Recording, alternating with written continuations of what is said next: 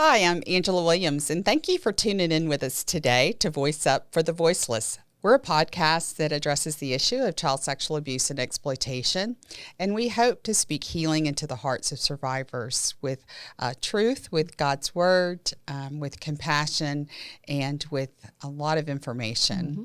So Absolutely. I'm here with my beautiful co-host. Yes, and welcome. And we're so excited to have you all today. I am Christa Marshall, and we are going to get into a topic today that challenges me for sure, and just make sure that we can kind of be on the right path of healing and growth and understanding who we are. So, Angela, do you want to go ahead and go into what we're talking about today? Or Well, a lot of people know what their IQ is, right? What's your IQ? I don't know mine. I don't say know my that. IQ. So we're going to talk about EQ. Yes. EQ is emotional intelligence. Yes. And I think for us survivors, oftentimes our emotions get stunted. They get shut down.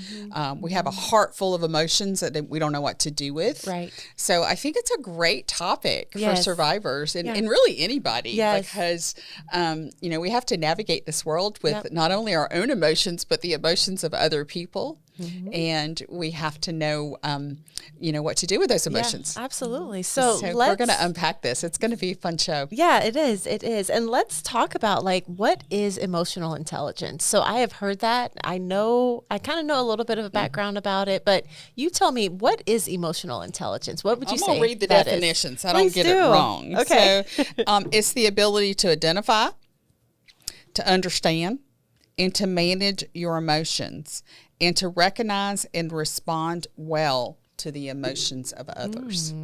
So that's the clinical definition. Okay. Yeah, that's really good. And I think that that's one of those things that we don't realize, that we can have a deficit, especially if we've had trauma or our soul isn't completely healed, which is our own mind, will, and emotion. So yeah, I think that is one of the things that is really good for us to talk about. So let's get into it. Let's go. All right. So there are 5 things that we're going to talk about today. One is self-awareness. I think 2 is survivors. And if you're just tuning in, our podcast, as I said earlier, deals with child sexual abuse and exploitation. I am a survivor of 14 years of child sexual abuse from age 3 to 17. So really at a time where my emotions were supposed to be being developed and learned, I was struggling in a minefield of abuse. And then Christa has definitely dealt with her children being sexually abused. So we come at this with a heart of experience and of hoping to help survivors to unwind this. But sometimes you don't even, being self-aware of what emotion you're feeling. Sometimes you don't even know what you're feeling because you've masked them for so long. So the second thing that we're going to talk about today is self-regulation. How we regulate those emotions. I think it's really tough. Motivation. Yes. Empathy and social skills. Yes. All right. So those are 5 big topics to cover. I don't know if we're going to get them all covered, but we'll do our best. Kind of go through it. Yeah. And the cool thing about emotions is that God created them for us. Okay. And I always say that emotions are a good place of knowing kind of what's going on, but you're not supposed to lead with your emotions. So they are great indicators, but not good leaders. Wow. And so for me, that's been a thing to just make sure, okay, am I leading with my emotion? If I am, that's not a good leader. So I think that having the emotional intelligence to kind of go through this is going to be something that is definitely a life skill, if you want to call it that. So, yeah. Well, so did Jesus have emotions? Of course. I would have to say so. He was made like we were, and so one of the things that they talk about even in the Word is that he cried. Jesus wept. That was a whole verse. Those two words were a whole verse. And I think that it's important for us to know that he is human. He had emotions, And then also it talks about him in the Word in Ephesians that to be angry but sin not. He tells us that. Like, we can have the feeling of anger, but we don't have to sin in that, which I think is amazing to do. And then also too, he's close to the brokenhearted. And so that one is so beautiful because it shows us that he is right there with us. He knows what we're feeling. He understands that. So and that he has the emotion, the big emotion of compassion. Yes. And he walked in flesh here on earth to know what we're feeling. Absolutely. So yeah, let's go. So we're going to start with self-awareness. one of the biggest, I think, issues with survivors dealing with their emotions is that we weren't able to trust our emotions as children, and B, we weren't able to express our emotions. It's coming to mind my stepfather's voice, for me not to cry. Yeah. Like, I'll give you something to cry about.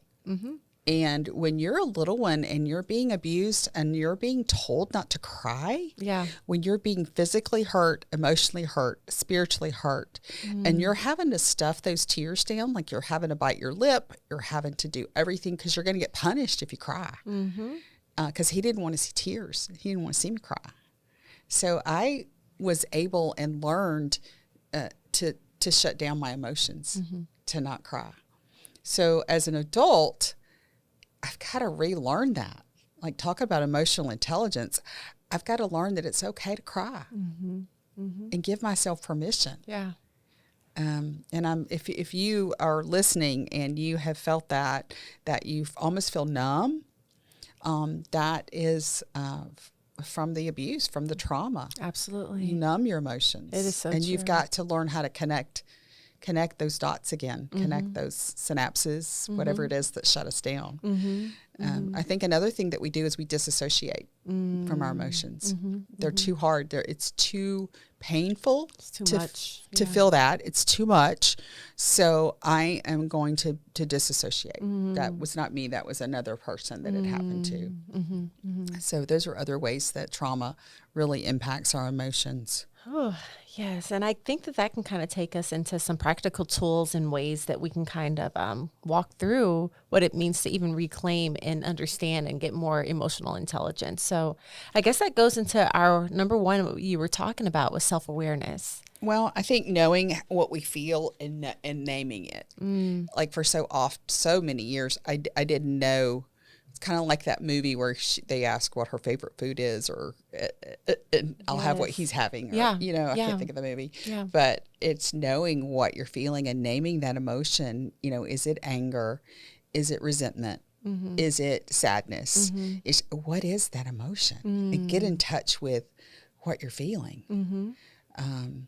There's, I'm going to put it in the link, but there's also an emotional wheel that kind of brings you down to the core of what you're feeling. Yes. Are you familiar with that? Absolutely. To talk more about that? Yeah, we use that a lot at my organization. It's just an emotional wheel, but I actually have one, and I'm going to look for it because I actually purchased it. But it's an emotional wheel to really help you understand your emotions, but then they're linked to Bible verses, which I thought was awesome to help you kind of overcome and understand what's really going on with you. To have so I'm going to definitely put that in the link, but I think that that's one of those things that even helps me, and because I have had to survive for so long and take care of others for so long, emotional intelligence for me was one of those things that I just swallowed.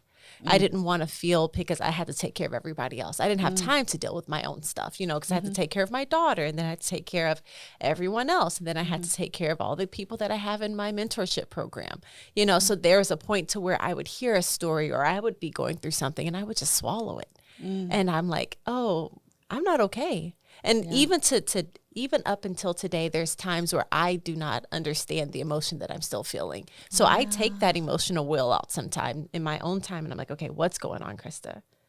Okay, I'm 43 almost next week. And I'm like, and I'm like, celebrate. Thank you. But I look and I'm like, okay, what's going on? What am I feeling? Okay, that's resentment. Okay, that's bitterness. I didn't deal with that in time. So let me deal with that. So it's so important to have an understanding. But then there's other emotions that I understand immediately. So you can halfway have an understanding, but I wouldn't say I have the highest EQ of emotional intelligence, because I'm still learning how to deal with some of the negative. One of the things I was always taught and grew up with is the positivity side of it, and being positive and not focusing on the negative. Don't focus on those things, but you focus over here. And so that's one of those things that I have to deal with, and understanding in real time. No, this is negative, and it's okay to identify this as negative. So what are the emotions around it? So and then take it to God. Take it to God. If it is bitterness, if there's a root of bitterness that has set up in your heart, taken root in your heart, God understands. Yes. Like, we weren't made to be perfect robots at all. Yes. And he created these emotions inside of us for a reason. Yeah. So even if it's a negative emotion or something that resentment was real big in my life. I resented my stepfather for the abuse. Yes. I resented my mother for looking the other way. Yeah. I resented all of our extended family because even the physical abuse that I suffered, somebody should have stepped in and said, this isn't right. Yeah. But I resented that. And I had to really take that to God and say, they are blind. They are oblivious to what was going on. And I can't hold them hostage for the rest of my life. Because when that root of bitterness takes root in your heart, when that bitterness takes root, it infects you. Oh, yeah. It infects everything about you, and that infection grows. So you got to get that out. You got to get that. And that's a part of an emotion that is strong and it's valid. Yeah, I had a right to be resentful, but it hurts me, It's like even unforgiveness. When you walk around with that, it's a poison that you're drinking. Yes. They could care less. They're oblivious to how you're feeling. And they're living their life. They're living their life, their best life, most times. So I hope that helps, God. I hope guys, we're explaining this well. But self-awareness is a big part. And I love the scripture, search me, O God, and know my heart. Ugh. I'm glad you love that one. I do. I love it because I'm constantly saying, God, give me a pure heart. Yeah. Like with relationships and, because we all have motivations and we sometimes, I will admit, sometimes try to manipulate situations and that's not right, So I want to have a pure heart in everything that I go about. Yeah. And I mean, the reason why I love that scripture as well, but I also like the opposite side is that it's challenging. And sometimes you want to just sit in the fact of like, okay, God, you searched my heart and I got through this. But then he searches it again and he finds something else and something else. And so sometimes you just want to sit, but that's not what he's called for us. So we got to keep growing. We got to keep growing. So, but yeah, I do love that verse. So yeah, that's good. All right. So here's the next tough one is self-regulation. Okay. That's a big one. Yeah. But I love when I look at Jesus and when he was angry in the temple because they were using the temple for gambling and for evil. And he went in and he turned those tables over. Like there wasn't a lot of self-regulation there. Or was there? Because he probably could have called down he angels. He could have lit them on fire. He could have burned them right there. Right. So maybe you're right. Maybe that was self-regulation and letting them know how disgusted he was with evil. Yeah. But I love my Jesus because he was a warrior. He fought for righteousness. Yes, yeah. And I think that like kind of what you're saying in that regulation. I'm sorry, say that again. I was just saying, and it was also humble, very humble. Yeah. Yeah, that is true.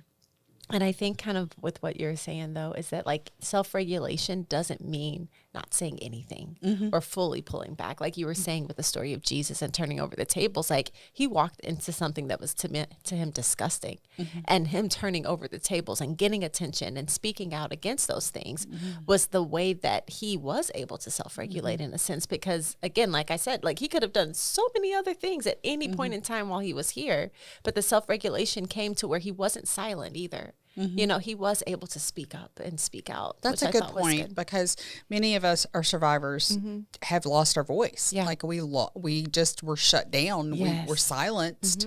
We couldn't talk about it. We couldn't share with anybody. And we lost that ability to express how we were feeling. I know early in my marriage, it was really tough because my husband would say, how are you? And I would say, fine. He goes, oh, you're not fine when you answer that way. He got to know that she just doesn't know how to express what she's going through right now. So it was really challenging for me to learn how to express my emotions and say how I was feeling. Like I'm feeling really sad. I'm feeling really hurt. I'm feeling really grieved today or tired today. So it's not always a bad thing to regulate your emotions. It can be a good thing. Because that's part of your healing and part of getting your voice back. Yeah, that's true. That is so true. And one of the practical tips that will help as far as self-regulating with your emotions is to take a 3-breath pause. And I remember when we did the podcast when we had our therapist on, Kelly, I remember her talking about like the breathing, like the And then again, like how it will help regulate when you're kind of dealing with anxiety and different things. But we even kind of take it into the emotional regulation as well.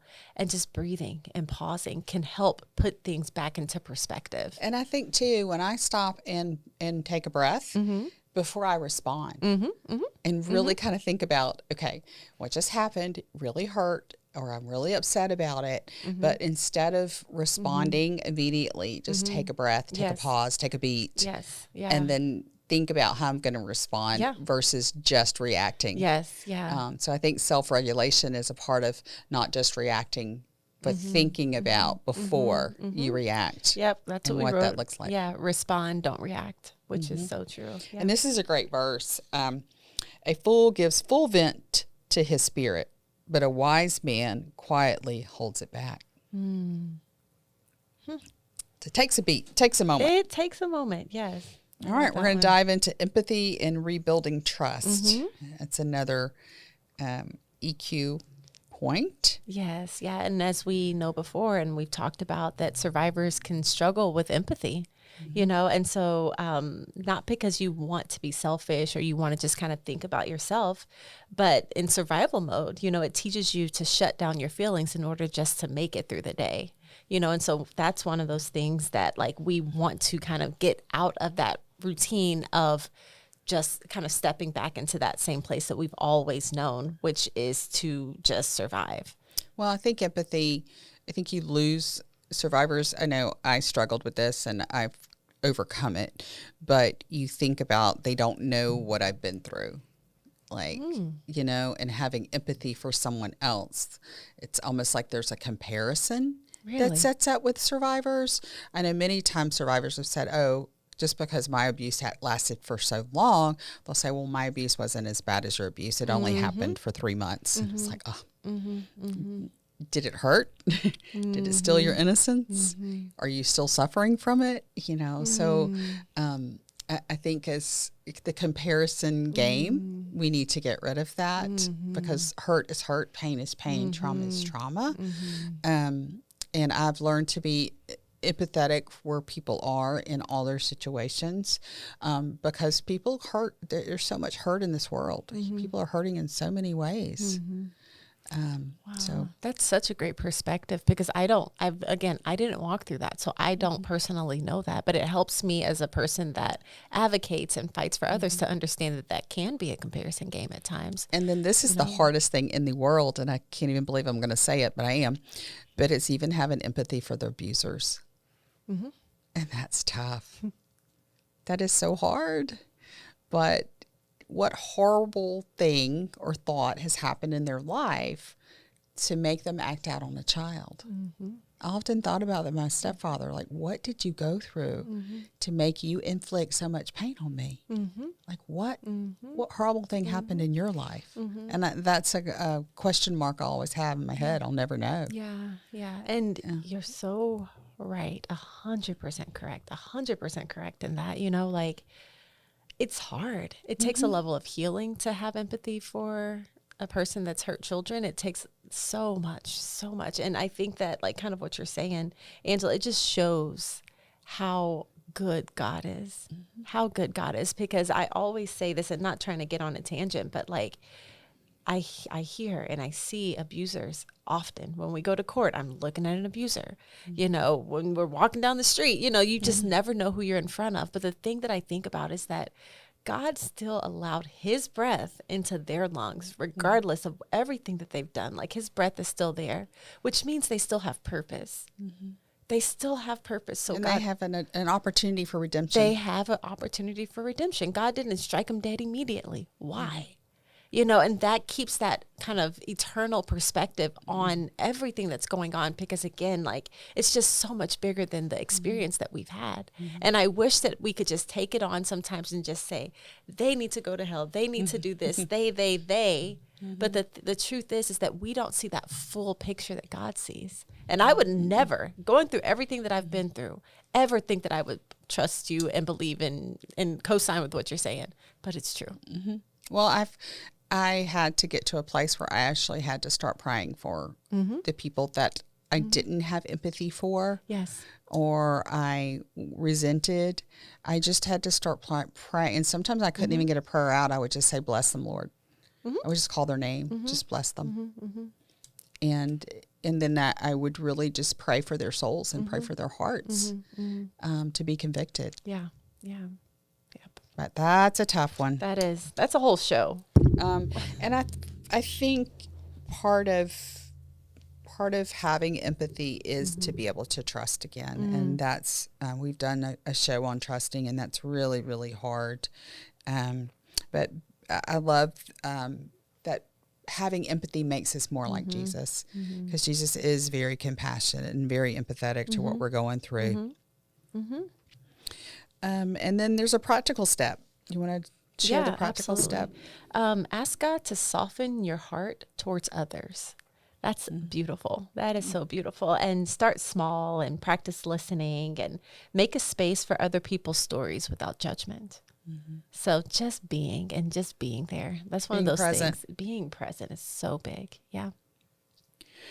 All right. We are stepping into, we've talked about empathy, some social skills. Okay, let's go into that. So I think this just sums it up. The scripture sums it up in what our goal for our emotions are and our social skills. It's the fruit of the Spirit. Yep. So Galatians 5:22 and 23. But the fruit of the Spirit is love, joy, peace, patience, kindness, goodness, faithfulness, gentleness, and self-control. And that last one, the self-control, really deals with our emotions, because it's something that we have to control because God tells us to. That's so true. Controlling emotions and when you understand your emotions, it helps you control them better. And that's one of those things that when we're talking with some of my clients at times, they'll rage or they'll get angry but then they'll lash out, there's something behind it. And one of the things that we talk about is like, hey, before you get to that place, you always have something, always something there. That thing is what you have to name so you can understand what's going on, and then you can move forward. Because if you understand that, then okay, I'm actually not this. Because sometimes you can think that you're an angry person because of what you've gone through, but that's not fully emotional intelligence to take on the identity of an emotion at all. And I try to, we live in Atlanta, so traffic's crazy, and you got people screaming and yelling and, using their hands to do certain motions. And I have to stop and think, okay, what's this poor person going through that they're acting out so emotionally? So I think if we stop and think, and it goes back to the empathy, and it goes back to not judging people, but to really have compassion in the moment to what they've been through and how and I acted out horribly at a young age, many ways. And my sweet husband was always there with compassion. And now when he's having a bad day, he's got his, bank filled up, his bank account, and so I can show compassion to him. It's like, okay, what's he going through that he is frustrated today? Wow. But it's growing. It's a part of emotional intelligence is always growing, and you always want to increase that that number, that IQ number or EQ number. Yeah, absolutely. And just kind of like what you said, to just reiterate, to let God search your heart to see where you are struggling, the areas that you have to grow in, because when you allow him into your heart, you'll be able to see, and it's not always everyone else sometimes. And it's a stepping stone. I think it's a learning process. I know in my life where I've not responded correctly or I've not reacted correctly, I've reacted out of anger. It's like, I so regret how I acted out. And words are powerful, and you can't take them back. So every opportunity that I have responded incorrectly, it has grown me. It has grown me to, I don't want to respond like that again. Yes, absolutely. I don't want to do that again. And especially my children, which is sad, where I should have responded differently in a situation, and I got angry, or I didn't say the right thing, but. It's a growing opportunity, is what I'm trying to say. You grow from those mistakes day by that day. we make. Day by day. Absolutely. Day by day. Okay, so I think as a practical step too is to, what emotion are you afraid to feel? I think that's I really wanted to get to kind of unpack that a minute. And that's the emotion that you need to deal with, that you need to take to God. I struggled really feeling that pain in the little girl because I didn't want to be weak. And I didn't want to be vulnerable.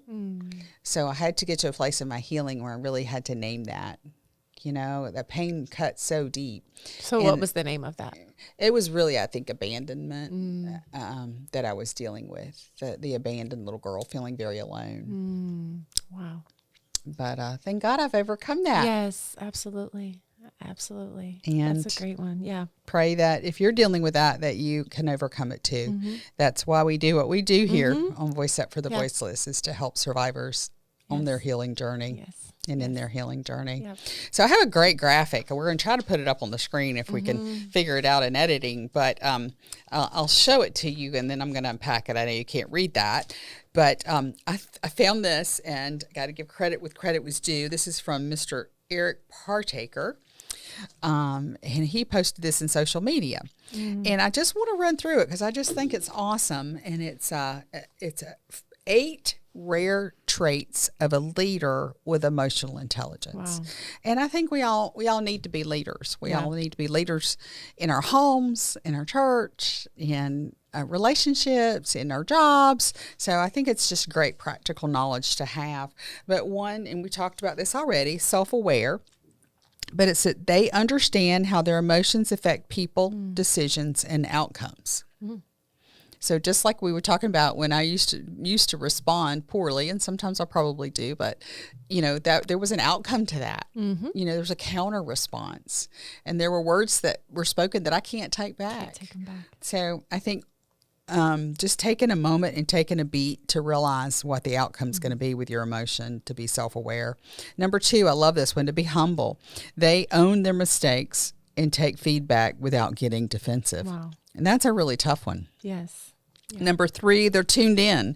They pick up on tone, body, language, and what's not being said. Because we communicate a lot.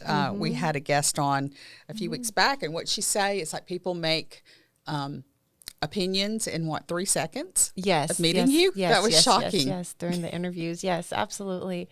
Yep, she did. And then number 4, you want to be approachable. People feel safe being real with them with no fear of judgment. And that ties into what we say. And then number 5 is to be adaptable. They adjust quickly when things shift without losing focus. Being adaptable is a necessity in this world. Yes, absolutely. For sure. I'm going to let you hit 6, 7, and 8. Empathetic, number 6. They listen to understand, not just to reply. And that's a beautiful one. I love that because we have to do that. Number 7 is composed. They stay steady, especially when everything else isn't. And that's the person that you usually lean on when you're going through something miscomposed. Okay. And number 8, respectful. Even in tension, they choose words that build and not break. That's a good one. Yeah. So we'll get this graphic and put it in the show, in the show notes. So this has been a really good show. Yeah. I think it's really helped me. I'm continually trying to grow in this area. I'm a very passionate person, so sometimes my emotions are all over the place. Being to hone them in and make sure that I'm reflecting Jesus in my emotions, I think is an important point. Absolutely. Absolutely. Well, thank you so much, Angela. Thank you so much for our listeners, our followers. We are so grateful for you. We're thankful that you are walking this journey out with us. If you know anyone or if you're interested in being a part of our podcast, whether that is through giving, whether that is through just kind of sharing what we're doing, or if you want to be a guest, please make sure that you email us, and I'll put the link below. As well, we want to thank Mesmerize Media for being here with us and sponsoring us and helping us through this process. So I think that is it. And I am Christa Marshall. Thank you so much for being here again. And you are also with our amazing co-host, Angela Williams. Thanks for tuning in, and we'll see you next week. Have a good one.